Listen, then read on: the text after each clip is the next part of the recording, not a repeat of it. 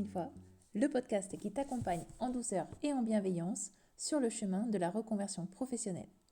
Je suis Émilie, coach en reconversion, et je crois profondément qu'un changement de métier est bien plus qu'une nouvelle case à cocher sur un CV. C'est un véritable changement de vie, un nouveau chapitre que tu as le pouvoir d'écrire.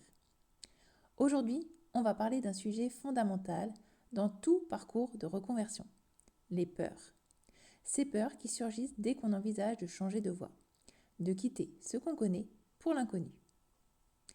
Et d'ailleurs, même si tu n'es pas en train de te reconvertir en ce moment, reste avec moi, car ces peurs ne sont pas uniquement liées à la vie professionnelle. Elles se manifestent dans plein d'autres domaines de la vie. Et apprendre à les comprendre et à les dépasser, c'est un vrai cadeau que tu peux te faire. On va parler des 3 peurs les plus courantes qui freinent une reconversion et surtout, comment les dépasser. Vous êtes prêts ? C'est parti. La première peur, c'est la peur du regard des autres. Celle-là, c'est un vrai classique. Qui ne s'est jamais demandé « Mais qu'est-ce que les gens vont penser si je fais ce choix ?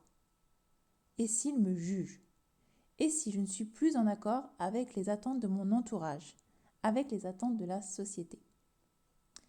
Pourquoi cette peur est-elle si présente ? Faut dire que c'est une peur qui est profondément ancrée en nous. Depuis la préhistoire, appartenir à un groupe, c'était une question de survie. Être accepté, c'était littéralement une question de vie ou de mort. Aujourd'hui, évidemment, on n'a plus besoin d'un groupe pour survivre au sens propre, mais ce mécanisme, il est toujours là. On veut être aimé, accepté, reconnu. Mais il y a une chose importante à retenir. Les jugements des autres sont souvent le reflet de leur propre peur, pas des vôtres. Alors, comment dépasser cette peur ? La première chose à faire, c'est de prendre du recul sur ses propres croyances.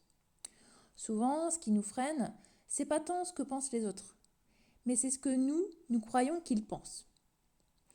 Si vous faites le test, demandez-vous sincèrement si vous-même, vous ne vous jugez pas de vos propres choix, avant même que quelqu'un d'autre le fasse.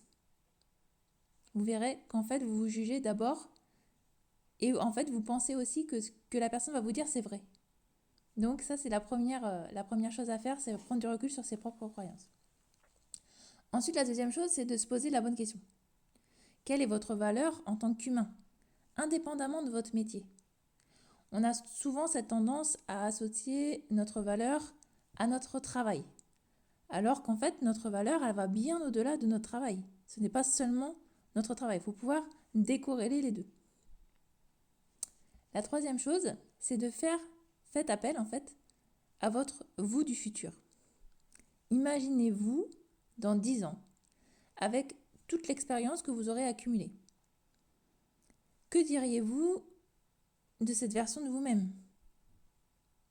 Qu'est-ce qu'elle vous donnerait comme conseil ? Probablement qu'elle vous dirait d'oser, de ne pas vous limiter aux peurs d'aujourd'hui. Vous êtes la seule à vivre votre vie Donc les autres, ils auront toujours une opinion, mais c'est vous qui devez être fiers du chemin que vous allez prendre.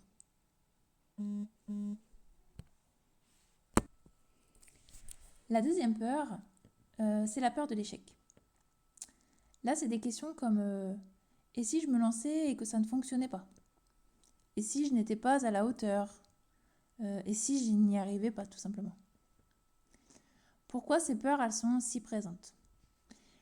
Souvent, en reconversion, on a cette impression de repartir de zéro. On oublie qu'on ne repart jamais vraiment de zéro. Toutes nos expériences passées, elles nous servent, même si on change totalement de domaine. La peur de l'échec, elle est insidieuse et elle se manifeste vraiment de plusieurs manières. D'ailleurs, on le voit au travers plusieurs personnalités. On a ceux qui vont éternellement se former. Alors là, c'est des personnes qui enchaînent les formations en pensant qu'une fois qu'ils auront le diplôme, ils seront plus légitimes à. Une fois qu'ils seront certifiés, ils seront plus légitimes à. Et ils se cachent derrière les formations pour ne jamais passer à l'action et rester dans cette procrastination de l'action en se formant. Le deuxième comportement, c'est les personnes qui sont perfectionnistes. Ça, ce sont des personnes qui attendent d'être complètement prêts pour se lancer. Sauf qu'on n'est jamais prêt à 100%. Et que c'est justement en se lançant qu'on va se perfectionner au fur et à mesure. La première n'est jamais la perfection. Il faut pouvoir faire des erreurs pour pouvoir justement les corriger, les améliorer et de mieux en mieux être de plus en plus, en tout cas perfectionner de plus en plus son approche. Et troisième comportement aussi, où l'on retrouve cette peur de l'échec, c'est les gens qui s'auto-sabotent. C'est-à-dire que là, c'est des gens qui se trouvent des excuses, qui repoussent l'échéance, justement par peur de se confronter à la réalité et de devoir faire face à ses propres peurs. Donc, comment dépasser ces peurs ? La première chose que je pourrais vous conseiller, c'est d'abord d'accepter que l'échec fait partie du processus. Les plus grands entrepreneurs, les artistes et leaders, ils ont tous échoué avant de réussir. L'échec, c'est juste une étape, une leçon à tirer, c'est pas une fin en soi. C'est pas parce que vous avez échoué que c'est terminé. Au contraire, il faut pouvoir aller chercher qu'est-ce qui a fait que ça a échoué à ce moment-là et en tirer la leçon pour améliorer les choses. La deuxième chose que je pourrais vous conseiller, c'est revoyez vos attentes à la baisse, temporairement. C'est-à-dire que posez-vous la question, quels objectifs réalistes je peux me fixer à cette étape-là de ma reconversion ? Quand on est au démarrage, il faut voir quel objectif réaliste je me fixe à cette étape-là, en fait, avec mes attentes actuelles, avec mes ressources actuelles, avec mes compétences actuelles, et pas au niveau supérieur, pas là où vous voulez aller, mais là où vous êtes aujourd'hui, pour justement aller vers ce chemin-là. Et la troisième chose, ce serait de pouvoir vous poser une question qui est assez puissante. C'est qu'est-ce que vous avez à gagner en vous lançant ? Mais surtout, qu'est-ce que vous avez à perdre si vous ne le faites pas ?